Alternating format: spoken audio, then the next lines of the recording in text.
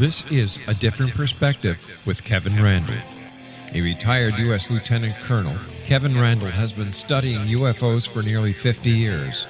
Kevin has investigated some of the most famous UFO cases in the world and has been consulted for dozens of documentaries about UFOs. Considered one of the leading experts into the Roswell UFO crash of 1947, Kevin has written more than 25 books about UFOs, including the recently published Roswell in the 21st Century. Now, here is the host of A Different Perspective, Kevin Randle. And welcome to A Different Perspective. I am, in fact, Kevin Randle. I do not deny that. I'll be joined in just a moment by John Greenewald, and we'll be talking about UFOs, of course. And I just wanted to say that last week we had a somewhat contentious, I guess, debate about this document that Tony Bragalia has released suggesting proof. I think proof would be the right word of the government research into recovered alien debris. And I thought I would talk to John Greenewald today about that because he's got, I think, some interesting insights into the way FOIA works and some interesting insights into the way the documentation is, or what the documentation in fact shows. I will say that starting at age 15, John Greenewald Jr. was struck with a curiosity that led off into a lifelong journey. First researching the UFO phenomenon, Greenewald began utilizing freedom of information to hammer the United States government for answers, and he targeted every government agency to get them. As he waited for answers on this niche of the paranormal, he then branched off into investigate nearly every government secret imaginable. He was a sophomore in high school when he first started his trek in 1996. Well, that makes me sad. And the reason I say that is because I was a sophomore in high school in like 1964, 1965. Good God, I'm old. Anyway, he started his trek in 1996, and he achieved all his research, archived all his research on a website that became known around the world as the Black Vault. Today, he has amassed well over 2 million pages of classified or declassified records. His efforts throughout the decades of research have been responsible for getting hundreds of thousands of pages that have never been seen the light of day, and the public seen the light of day. I lost my place. I looked at the clock. I'm sorry. He has appeared on numerous television and radio programs throughout the world and has frequently sourced in various news articles and stories for his archive and his discoveries. John, I'm sorry I botched the introduction, but I looked at the clock and it drew my attention away. Welcome to A Different Perspective. Hey, it's not a problem. It's always good to be here, Kevin. Thanks for inviting me in. You and I have chatted about the latest from Tony Bragalia about these 147 documents that he received from the government that suggest that they've been using recovered alien debris from to advance their research. I'm trying to compose the question in my mind as I go along here, and I'm not doing a very good job of it. What I was thinking of here was he and I got into a discussion, and it became sort of the theme of the discussion about his very detailed request of what he wanted, the response by the FOIA manager or whomever responded to him from the DOD, using one of the terms he used, which is UAP for unidentified aerial phenomenon as opposed to UFO. I was trying to draw out, is there anything in the documents that relate to UFOs or that sort of thing? And his response was always, it was very specific in my request. So the question becomes, and you filed probably hundreds, if not thousands of FOIA requests, asking specifically for specific information and documents. Do they ever take you in a direction that is not exactly where you wanted to go? It's sort of, well, I fulfilled my FOIA request thing and now go away? Well, yes. And to give you a statistic, in 25 years of filing FOIAs, this will be my 25th year, I've filed over 10,000 to pretty much every federal agency that you can think of on pretty much every topic that has anything to do with some kind of secrecy level. So after 10,000 requests, the answer to what you are proposing is yes, they often will take you down paths that aren't exactly what you're looking for. Now, these aren't official terms, but these are ones that I'll throw out there to kind of make this a little bit easier to understand. FOIA officers, for the most part, are very helpful people. They're nice and they want to help. That's it, period. And even though some agencies are much more difficult to deal with others, and yes, a lot of agencies have a lot of big delays when it comes to processing requests, all those are frustrations with the FOIA. It just comes with the territory. But my point here is that on the other end, when I file a FOIA, they're human. And most of them want to help me, and most of them want to do their job. In that process, they will process your request to the best of their ability. A lot of times they're doing this about topics that they know nothing about. That's not an insult to them. They just deal with everything that goes in there. They can't be an expert on everything. So when they get the request, a lot of times, yes, you will yield responsive material that's not exactly what you're looking for. And the terms that I use to best explain this are exactly responsive and loosely responsive. Again, those are not official terms. I just kind of use them to best explain what a FOIA officer does. So I have quite a few different examples. I'm happy to get into them with you to give you some examples of that. But I think in Anthony's case, what is going on is that, yes, he was very specific in his request seeking UAP material. He had a list of numerous items that he wanted in his FOIA. All of that is commendable. That's what you do. You describe what you want. But the downside to this, and in fact, he had 7 items on his list. The downside to this is that when you have 7 items and one of which will yield responsive records, that doesn't mean that everything is related to all 7 items on your list. It doesn't work that way. The minute something then is responsive to one of those 7 points, the FOIA officer grabs it. In my opinion, what his kind of trigger item was what he said: the titles and authors of all technical and analytical reports conducted on all held material. That is it. No mention of UAP, no mention of UFO, no mention of crash debris or anything. Now, the reason where I think he's John, let me interrupt. Sure. Here because it triggers a question here. Yeah. He was looking for materials that came out of Bigelow Aerospace, and they supposedly was a recipient of this alien debris, and they held it there. You're suggesting that because he asked for basically authors and technical reports from Bigelow Aerospace, they pulled that stuff out, ignoring sort of the UAP aspect of it, but looking for the technical reports, and Bigelow Aerospace were the triggers for his response. That's correct. And that's what I would call loosely responsive versus exactly responsive.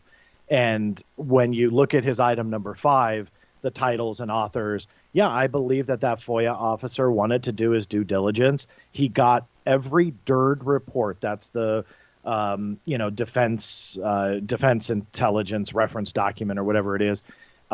He got all of the ones out of the 38 that we know for a fact exist. He got all the ones that dealt with material, and he used those as the responsive records. Now, I've not talked to the FOIA officer, nor do I speak on his behalf.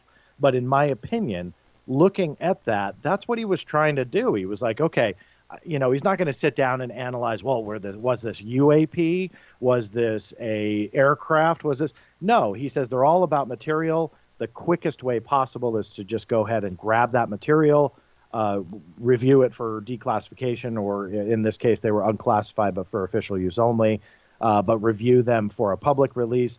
That's what they did, redacted some names, and released the information to the FOIA requester. So that's what we have here. And I think that if you dismiss all other evidence, and people that I talked to researching this dismiss all of that, I think you still have a pretty strong case to go, okay, this doesn't quite prove that the Pentagon just admitted to UFO debris like Anthony had ran his headline on. This was something that he had mentioned OSAP, he had mentioned material, he had mentioned technical and analytical reports, and bingo, that's enough to grab those reports, even though they don't pertain to, let's say, item number 3 of his request, which was talking about the method that they were obtained and talking about crash material.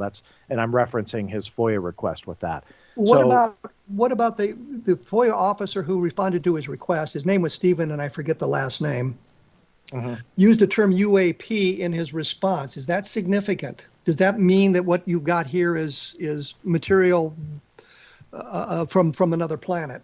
It's a great question, and no, I don't believe that it is. And the reason is if you look at the letter, I believe a lot of times, or actually I know for a fact, a lot of times agencies will use templates. So they'll have the majority of the letter already written out, and they essentially copy and paste the variables of the letter, in this case, the subject matter. And when you look at it, it kind of supports that theory because the beginning of, and I don't have the letter in front of me, but anybody can pull it up. The beginning of the part where it references what it's about is capitalized. It's not the beginning of a sentence, and it's not a proper name. There's no reason to capitalize it other than he probably copy and pasted it from, let's say, a Freedom of Information Act log, and then he puts it over, or his own personal notes, or whatever it may be. Copy that, paste it into the letter. And yeah, it's a great question, but I just don't see that has anything to do with the material that was given. And let me bring up a prime example of why I say that. I've got a FOIA case with the United States Army, actually one that's quite old. This was going back to 1997. And I was asking for anything related to UFOs and or flying saucers at the time. That's how I was kind of structuring requests. I was still learning, how to really dig in for information. And this was in the beginning months of doing research. And long story short, the responsive material, and there was hundreds of pages that came up, included the majority of which all about the Horton brothers and a flying wing design from Nazi Germany during World War II. Now, why would that come up under a UFO request or flying saucers? We all know what we were looking for. Even the FOIA officer knew what I was looking for. But inside those documents, when it comes to the Horton brothers design, which is awesome history, by the way, if anybody's curious about it. But inside those documents, the Horton brothers design was often referred to as a flying saucer. It wasn't unidentified. That was the other part of my request. It was perfectly identified. Yet the FOIA officer felt that, well, these are flying saucers, and it loosely was related to my request, so they sent it. That's the difference between loosely responsive and exactly responsive. Because obviously exactly responsive would be some other documents that came up in that release, which were about UFOs, craft they couldn't identify. And a quick side note, it was actually photographs of UFO debris. Very cool. But the majority of the release was all about the Horton brothers and a craft that was identified. But that is an example of what I mean. FOIA officers want to help. Now, let's say these FOIA officers started saying, well, he mentioned UAP, so I'm going to omit that he mentioned materials, mentioned technical reports, analytical reports, and he omits all of that and then purposely says, well, Anthony, we have nothing responsive to your request. In the eyes of the FOIA and the law, that's not compliance. Let me interrupt, John, because I got to take a break here. And I have no choice. I have to take it. I don't want to, but I have to. Your, of course, website is www.theblackvault.com. You've been collecting the materials for 25 years, apparently. And I also wanted to mention that there are some other fine programs about the paranormal on the X-Zone Broadcast Network at xzbn.net. So take a look at the listings at the X-Zone website, and you'll find some that'll spark your interest, I'm sure. I will be back right after this with John Greenewald, and we'll be continuing to talk about FOIA and UFOs and anything else we can think of. So please stick around.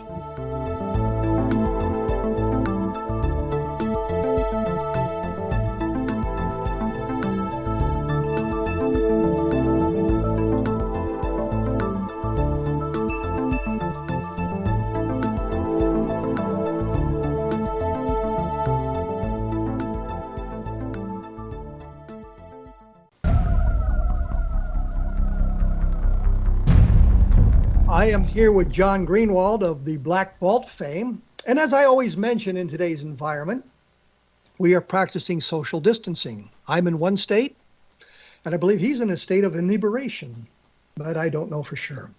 Anyway, we were talking about FOIA requests and how the FOIA officers respond. And just to touch on this briefly before we go on, from my understanding of what you're saying, the fact that they've repeated phrases that you used in your request back to you is really not significant in the what they have sent you. No, not at all. And to support that, all you got to do is look at the Freedom of Information Act case logs where they summarize what a lot of FOIA cases are about. And the way they do that is an extreme shorthand and generally a lot of times missing the mark of what the scope of the request is. And so my point there is that they very commonly condense things into sentence, one sentence form, and then use that as essentially your descriptor of what the FOIA case was about. They're repeating your descriptor as opposed to saying this proves your point or whatever. Yeah, I mean, I honestly, I think the FOIA case officer who's caught up in this, who's getting blasted behind the scenes, and I know that because I'm being CC'd on him.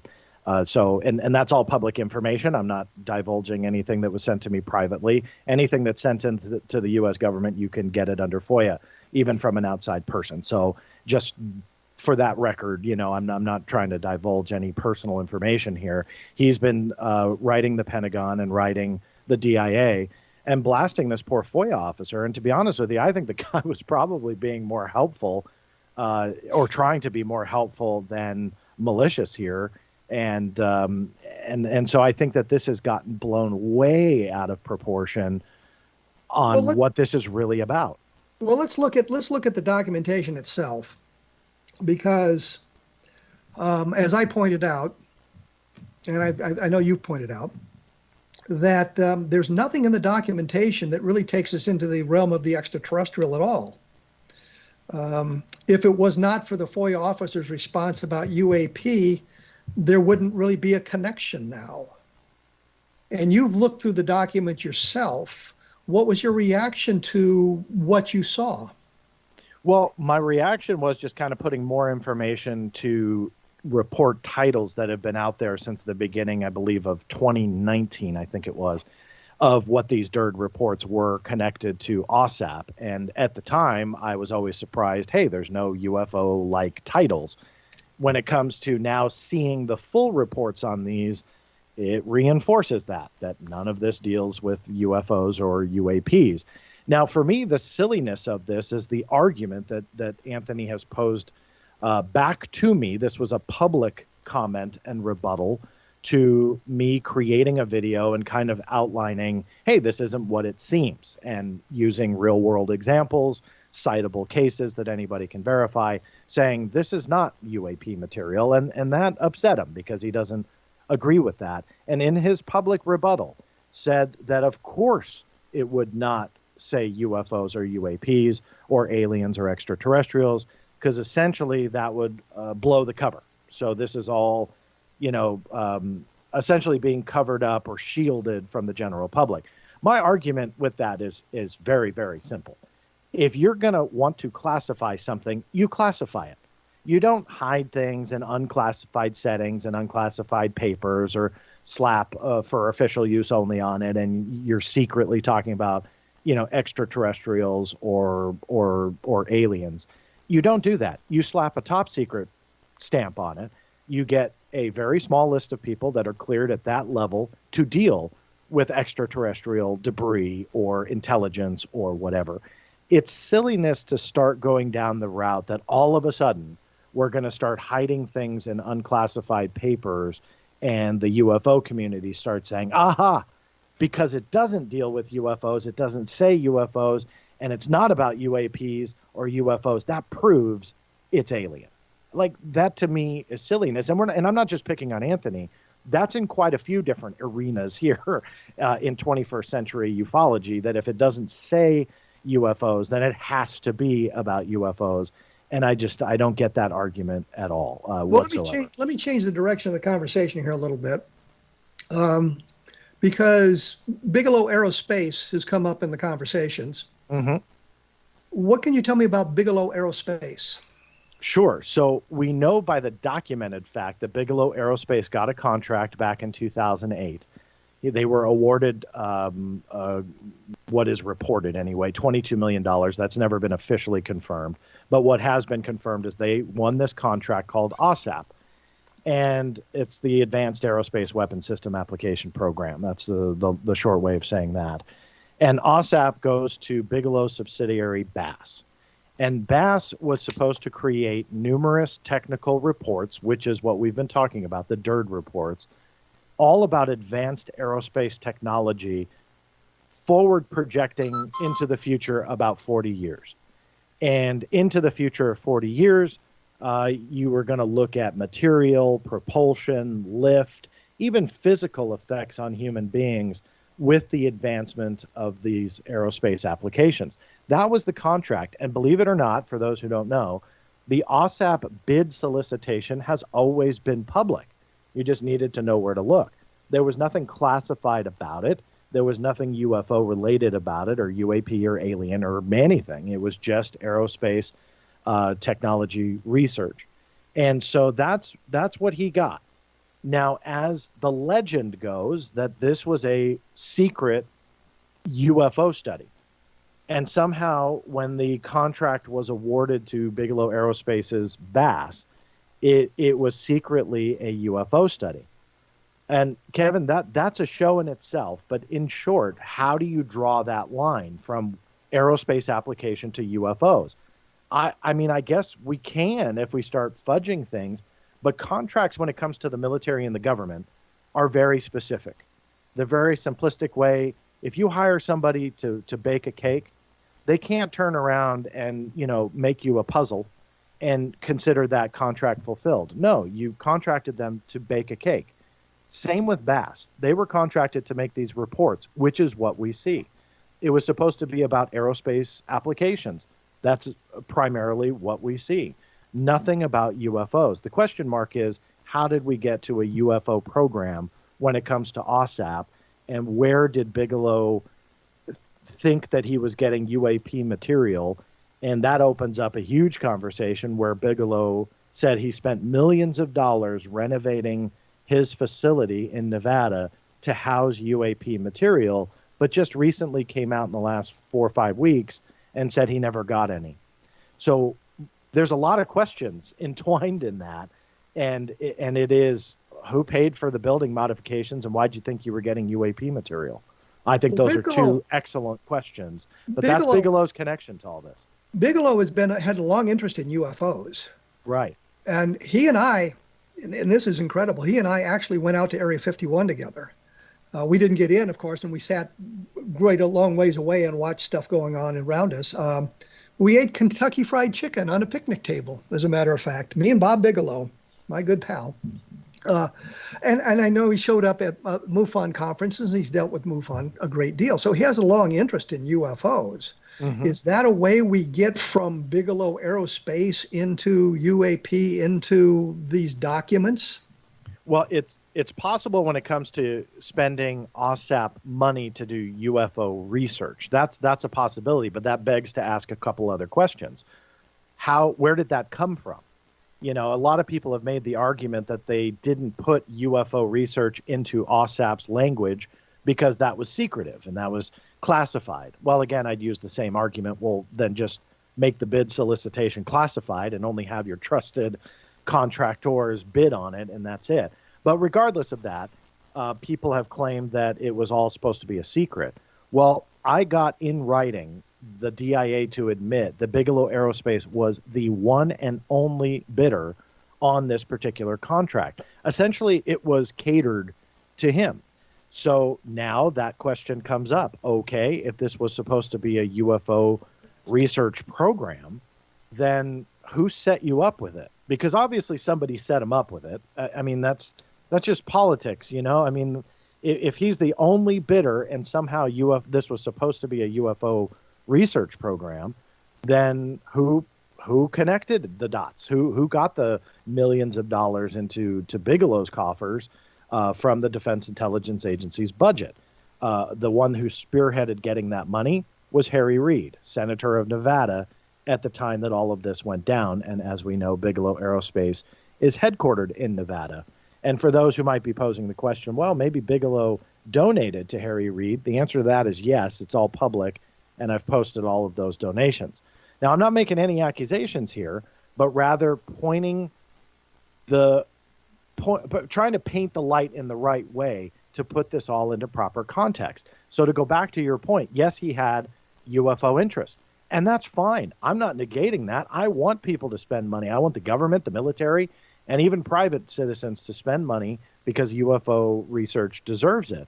But in the same respect, did the DIA want a UFO research program? It's, again, contracting somebody to bake a cake. And what did they get in return? And these 38 reports, all that don't mention UFOs, there's kind of an oddball one that has information on the Drake equation. I mean, yes, that's interesting, and we don't know why it was in there. But regardless, most of the other stuff is all about aerospace. Well, let me interrupt here and explain what the Drake equation is, which is, of course, the from Project Ozma back in the 1960s, in the search for extraterrestrial intelligence, which has nothing to do with UFOs. It's an idea of how many planets in the galaxy could have life on them and civilizations that would be at a level that we could communicate with in some way. So that's the Drake equation, and it really doesn't relate to UFOs. It relates to the search for extraterrestrial intelligence. Yes, and that's an excellent point. So the question mark is, why is it in there? And I don't have an answer to that. I find it intriguing and I want to know. But then that also, again, brings up yet another question. Why do the other 37 reports have nothing to do with UFOs or alien life or extraterrestrial beings or anything like that?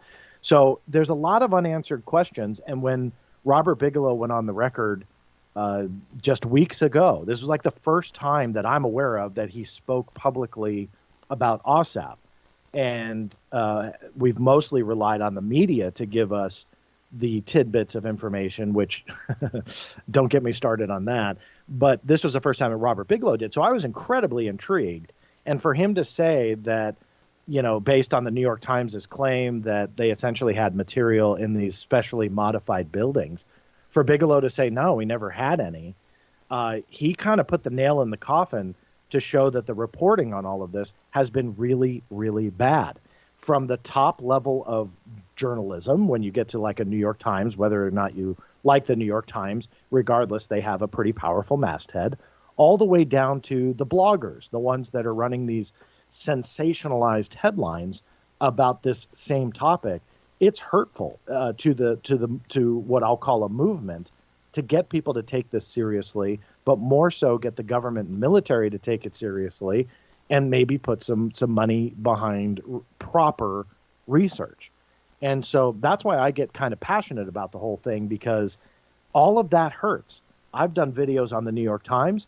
I've done videos on this blogger who's making the claim about these DIA records. All of these things get blown out of proportion, and then you see them, you know, get mainstream attention because a couple UK tabloids brought them up, and they got some flashy headlines out of it. Well, it's frustrating. Let me interrupt you here because we're going to have to take a break. When we come back, the question I'm going to ask you is, if Bigelow had really gotten alien artifacts to research and it were highly classified, wouldn't he have then said, no, I don't have anything like that, because it would have been required for him to deny anything like that? And we'll touch on that when we get back. I'm here with John Greenewald. We're talking about this batch of documents that have been released that may suggest research into UFOs, may prove that the Pentagon is researching UFOs and that sort of thing.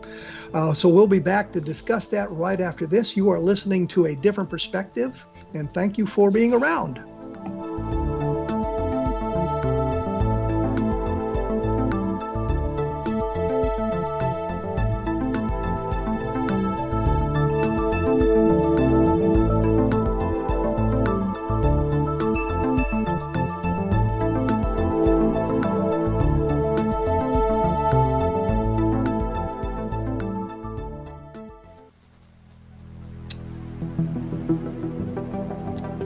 am here with John Greenewald. We're talking UFOs, of course. And when we went away, I was posing a question, which is, I'm going to set it up a little bit. Back in 1960, for those of you who read history or were around, we were flying U-2s over the Soviet Union to spy on them. And of course, we were denying we were doing it. The idea was if one of them was shot down, there was a mechanism to destroy the aircraft, and the pilot was supposed to commit suicide. In May of 1960, I think it was, we lost one of the U-2s. President Eisenhower went on television when the Soviets accused us of spying on them and said, no, we're not doing that. It's not happening. He was lying, blatantly lying about this. In the days that followed, the Soviet Union, of course, produced the wreckage and Gary Powers, proving that we were flying U-2s over the Soviet Union. The point is that sometimes security gets in the way, and those who are normally honest, reliable, upstanding individuals are forced into a position of having to lie. So the question becomes, if Bigelow had in fact gotten alien debris to reverse engineer in some fashion or to study, wouldn't he be, and now he's come out and said, no, I've never got anything like that. Can't we say that he would have been obligated to deny its existence based on the contracts and the things that he may have learned? So you bring up an excellent point in this entire debate, and that is the classification behind what would be essentially the biggest discovery of mankind. And we know for a fact, because history shows us, that UFO material is some of the most highly classified material. It just is. I've got reams of evidence to show it's all the way to the top secret level, a lot of which I can show is still being hidden by the government. To your question, the answer is yes. He might be able to lie, and that's fine. But you'd have to back up. You have to go back to December of 2017 and the New York Times breaking this story of sources that they name that claim to have been involved in this highly classified program. Because let's face it, if they got alien material, the program's classified. And they're openly talking about this, research program. I don't believe any of that would have happened. If this was all on a top secret level that tied to extraterrestrial debris and material that was otherworldly, we would have never heard about it. We would have no idea what OSAP was, ATIP was. We wouldn't know who Luis Elizondo was. And no offense to Robert Bigelow, because he seems like an incredibly nice guy. I don't believe Robert Bigelow would ever be given that material, because Robert Bigelow's not afraid to go on 60 Minutes and talk about aliens walking among us, because he's done it, right? So we know that.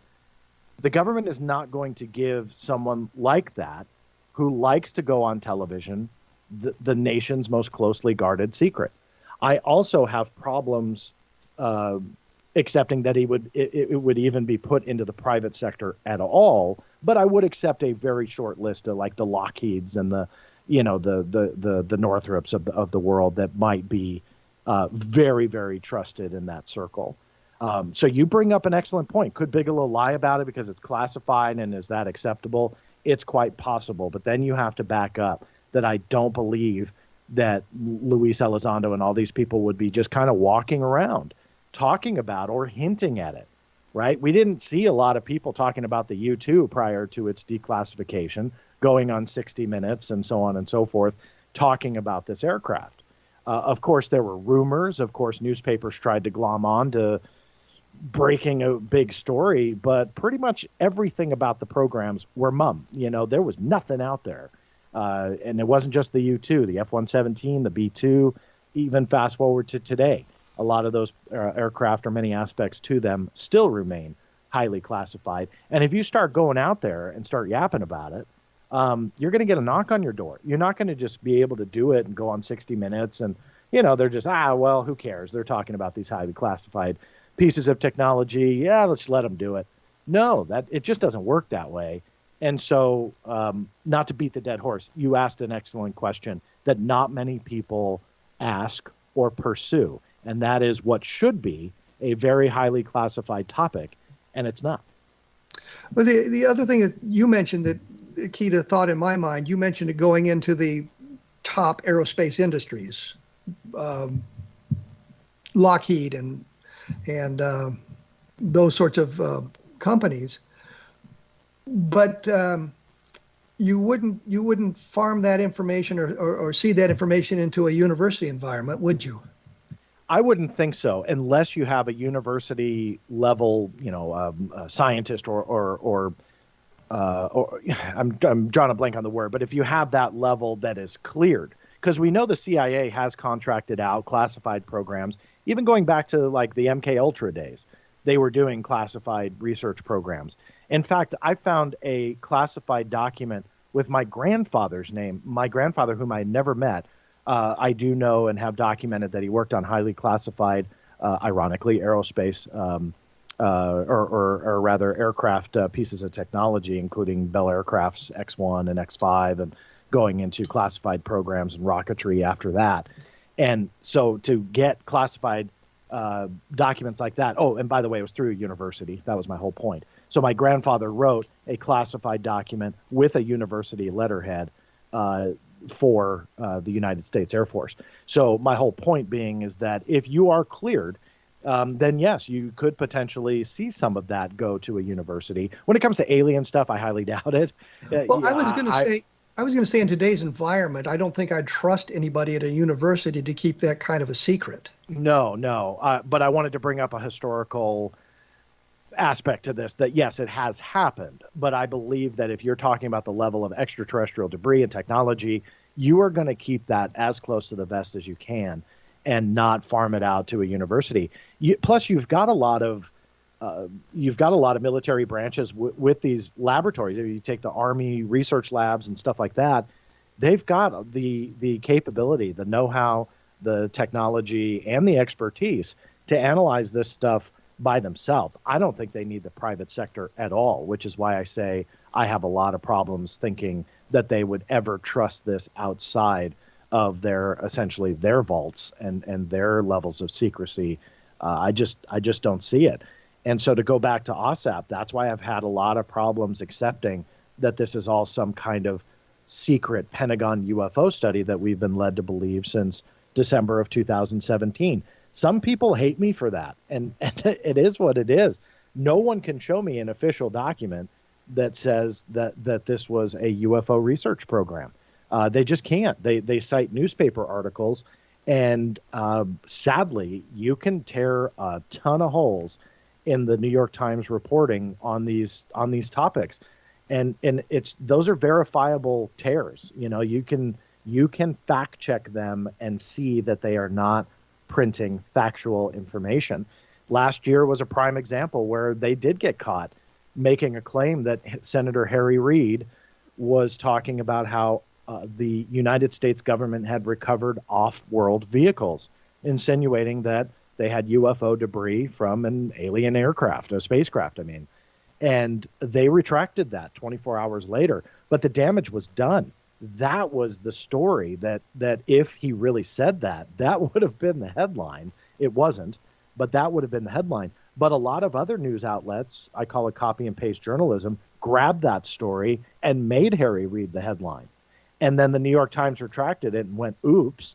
And then Harry Reid even tweeted out on his account, hey, I believe that there's stuff out there, but stuff out there meaning the UFOs need to be investigated. But he says, I've never said that they had off-world vehicle material like the New York Times had printed. Of course, I'm paraphrasing there, but he felt the need to tweet that out.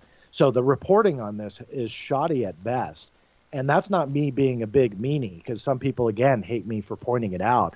But if we're going to do this, if we're going to take steps forward, research UFOs and really show that there's something to this, which I feel that there is, this can't be accepted anymore. We have to ask these really important questions that still, many of which remain unanswered. But on top of that, we got to push the journalists to do a better job, from the bloggers all the way up, the ones that want to make extraordinary claims that are easily debunked. Fine. I hope more people speak out against it. But it's not just bloggers. It's New York Times level mastheads that are running these over sensationalized, you know, I'm trying to find a nice word to say. It's a family show, Kevin, but you know, it's essentially bunk, and they're publishing bunk, and people accept that because it sounds cool, and those days have to be over. Well, that's been a problem with the UFO field for ever since the beginning, where a sensational story will generate a lot of interest because it is in fact sensational. Yeah. And you do not get the response when you find out it's not quite what it was made out to be. They don't want to hear about that sort of thing, and then you become the bad guy, I guess, spoiling the idea by pulling the beard off Santa Claus or something like that. That's kind of how I've felt in some circles where they go, oh, you know, Greenewald's just being Greenewald again, and you know, they throw their insults and throw sand in the sandbox. And that's fine. I'll take it. It's not that big of a deal for me. But what's more frustrating than getting insulted and getting rocks thrown my direction is the fact that people are okay with it. And I've seen the argument time and time again on social media. Why do you do this? Why do you care? UFOs are being talked about in New York Times or Politico or, you know, fill in the blank.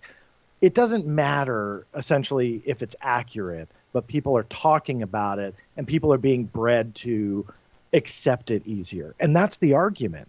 And I go, you guys got to look at the long term here. It's very cool for a week or two, but when it really starts to get to game time, and let's say, we haven't talked about it yet, but very quickly, the UAP report that the Senate has requested that hopefully we'll get sometime later this year. If that actually comes, if the Senate staffers and the DNI and whomever's involved start looking at outside sources as well, and they fall back on media sources, because we know that intelligence reports they look at media sources. If they start looking at the major headlines, UFO-related headlines in the last, let's say, 3 years, and they look at that and they start digging in on the major headlines, and they realize that the majority of them are bunk, what do you think that report's going to have in it? I don't believe that they're going to just sit there and go, oh, well, the media, you know, has it completely wrong. Here's the real juicy stuff. No, they will use that to their advantage and play down the topic. Tell the Senate that the media largely embellishes everything, and use a couple examples. And then maybe from the military and intelligence community, we'll get a couple examples that we already know of, the FLIR, the gimbal, and the Go Fast. So we'll get nothing new, but they'll disguise it as something new. And they'll play the whole thing down. And for the next 60 years, we will have that to fall back on, just like the Condon Committee has been the fallback. And I believe if you look at history, and Kevin, I know you're well aware of this, but if you look at the history from the 60s, and when Gerald Ford, before he was president, pushing for UFO reports and congressional interest and this and that, which paved the way for funding a UFO study of what do you guys have? And then you've got the report that comes out towards the end of in the 1960s that led to the cancellation, termination of Project Blue Book. We see the same darn thing unfolding before our eyes, right down to the level of people that are involved. Politicians who aren't afraid to say they're interested. There are former military, former government. All of it matches up. John, I got to take a break here. And I had a good comment, but I can't make it because I don't have time anymore. Because I blab too much, Ken. That's right, sorry. Absolutely. It's theblackvault.com for John Greenewald. I'm at www.kevinrandle.blogspot.com. And it is the X-Zone Broadcast Network at xzbn.net. We will be back right after this with John Greenewald, so stick around.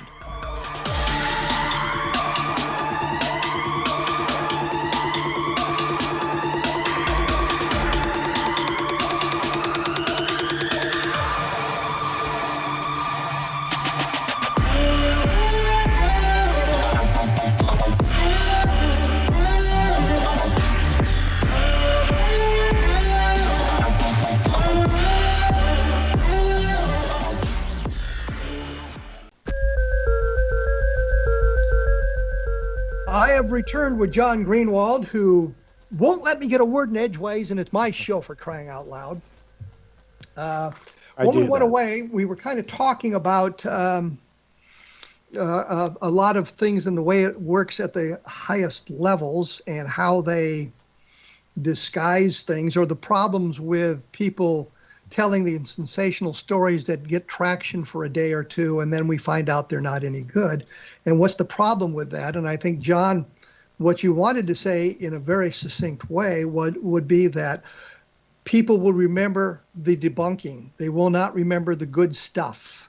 And the good stuff gets lost in the sensational that gets debunked. And the example I always use, and you hear me repeat it many, many times, everybody knows who Bill Buckner is because he blew a play at first base during a World Series game, and his team went on to lose the World Series. Everybody remembers that. They remember Bill Buckner. They don't remember all the great plays he made in his entire career. And that's where we are in the UFO field. If we give a lot of space to these sensational claims that turn out to be bunk, that's what people are going to remember. They're not going to remember the good stuff, because sometimes the good stuff isn't quite that exciting. I think that's where you were going with that, John. You said it much better than I did. And a lot quicker, I might add. Yes, and I do apologize for speaking. No, don't. So getting back to the reports that we've been getting through the news media, I saw a lot of stuff about these documents on the internet in some of the less than pristine, credible sources, touting them, but I didn't see a lot of reporting from some of the more. I'm struggling for words here for some reason. The more reliable. More reliable. Thank you, John. More reliable sources. It seemed it was at a lower level. It didn't rise to the point I'd like to have seen it. No, and I believe that would be a good thing. Most of the UK tabloids picked it up. I think that, and that gives me a little bit more faith too in some of these outfits and the mainstream media outlets, that they did a little bit of due diligence, that they looked into it and they go, okay, well, here's this extraordinary headline and claim. And then when you look into it, it's not hard to debunk it. It really isn't. I mean, this claim just doesn't have anything to back it up. So that does give me a little bit of faith that this is, that some of these outlets are still researching it. But the minute that it did go on Drudge Report, which is, regardless of your thoughts on Drudge, is one of the most coveted spots in all of news. So the minute it went there, it got a lot of attention, more attention than it deserved. And when we boil it down to the essence, what we find is there is, I think, one mention of extraterrestrial in all of these documents. And it refers to using the local materials to build bases on other planets. So it's extraterrestrial material being used. There's really nothing to suggest any kind of visitation or anything else going on. It looks like it's just general research into our advancing technology. Yes, that's correct. Nothing to what is being claimed. So when we get done with this thing, we have some interesting reports, but we don't have anything proving that the Pentagon has admitted to there being UFOs or extraterrestrial visitation.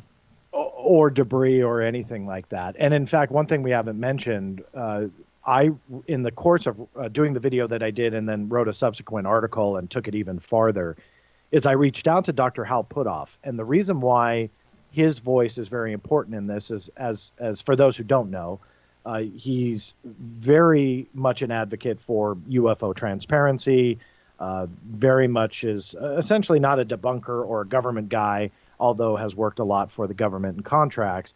He's out there advocating for this, and he was the lead scientist for BASS when these reports were created. And I reached out to him and asked him point blank, did you guys get material? Did you analyze it? And that's what these reports were about. And he said, no, none of this had to do with UAP material. And I point to him as at least one somewhat credible voice, because I think that if there was any credence to this being UFO or UAP material, he would have said it. Or he would say, because of my NDA, I can't comment. And yet he didn't. He was saying straight out, no, that's misleading, I believe was one of the ways he put it. Well, I think the counter argument here is, well, yeah, they came out and said we've got this debris, and now they're backtracking on it, and they can't go back. So that's the counter argument that's being made today, that the original statement was correct, but now they're backtracking on it to kind of repair the damage. I just don't see that argument. And again, I mean, I've got evidence to back that up with numerous FOIA cases, that what you ask for is not necessarily what you get. And it's going back to what I talked about earlier with loosely responsive versus exactly responsive.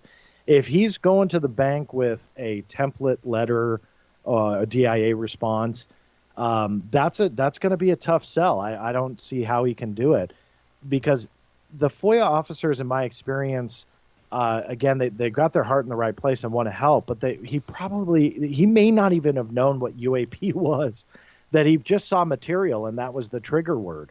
When you say he might not have known, you're referring to the FOIA officer. The FOIA officer, yeah, because a lot of times you request things, they don't know 100% of what you're looking for, so they pull out. UAP is a new term that they're banting about in the higher levels of government, although we've been using similar terms in the UFO field for 20, 30 years. Exactly. But again, I'm kind of just throwing this idea out there that it didn't have to be the UAP portion of this request.